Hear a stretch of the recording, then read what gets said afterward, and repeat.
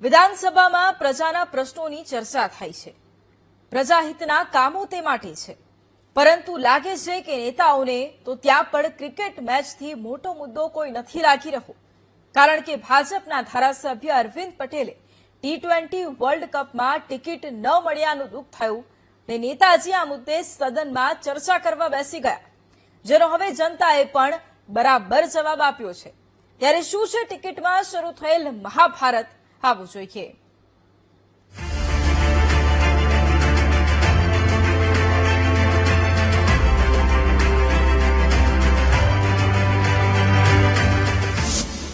Cricket મેચની ticket મુદ્દે મહાભારત. વિધાનસભામાં નેતાજી થયા નારાજ. પ્રજાના પ્રશ્નો ભૂલાયા, યાદ આવી મેચ. તમને થોડી નવાઈ લાગશે, પરંતુ આ હકીકત છે. આપણી જ વિધાનસભામાં પ્રજાના પ્રશ્નોની ચર્ચા વચ્ચે ક્રિકેટનો મુદ્દો ગુંજ્યો. જી હા, ભાજપના ધારાસભ્ય અરવિંદ પટેલે સદનમાં T20 વર્લ્ડ કપની ફાઇનલ મેચની ટિકિટ ન મળતા નારાજગી વ્યક્ત કરી છે. તેમણે તો પ્રજાના પ્રશ્નોને સાઈડમાં મૂક્યા અને આ મુદ્દે જ ચર્ચા છેડી દીધી. અંદર તો સમજ્યા, પણ બહાર આવીને પણ ફરી નિવેદન આપ્યું અને નેતાજી ભરાઈ ગયા. સૌથી પહેલા નેતાજી શું બોલ્યા અને તેમના પર વિપક્ષે શું કહ્યું, આવો સાંભળીએ.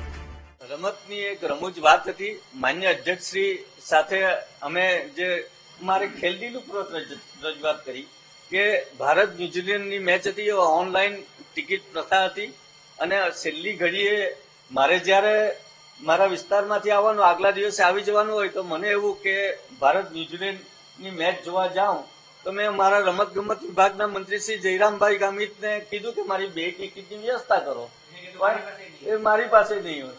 અને આજે એક વસ્તુ છે કે આ કેટલું પારદર્શક છે કે એમાં ઓનલાઈન કરીને આજે ધારાસભ્ય જેવા અમારા ભાજપના ધારાસભ્ય હોય એવા લોકોને પણ ટિકિટ ન મળે. હા, જીતુભાઈ અમને હકારાત્મક ને આખા ગૃહમાં તમામ સભ્યો માટે એમણે કીધું કે આવા કોઈ પણ કાર્યક્રમ છે ધારાસભ્યને પ્રાયોરિટી આપીશું. અમદાવાદમાં જે મેચ રમાઈ તેની ટિકિટ ન મળી તેની હૈયાવરાળ વિધાનસભાના અંદર આપતા હતા.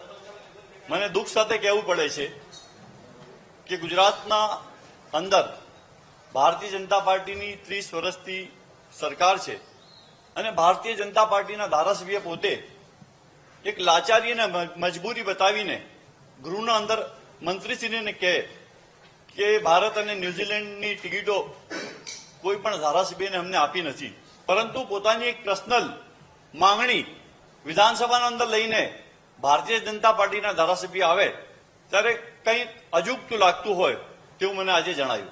સાંભળ્યું ને, નેતાઓને ટિકિટની પડી છે, જનતાના મુદ્દાઓની નહીં.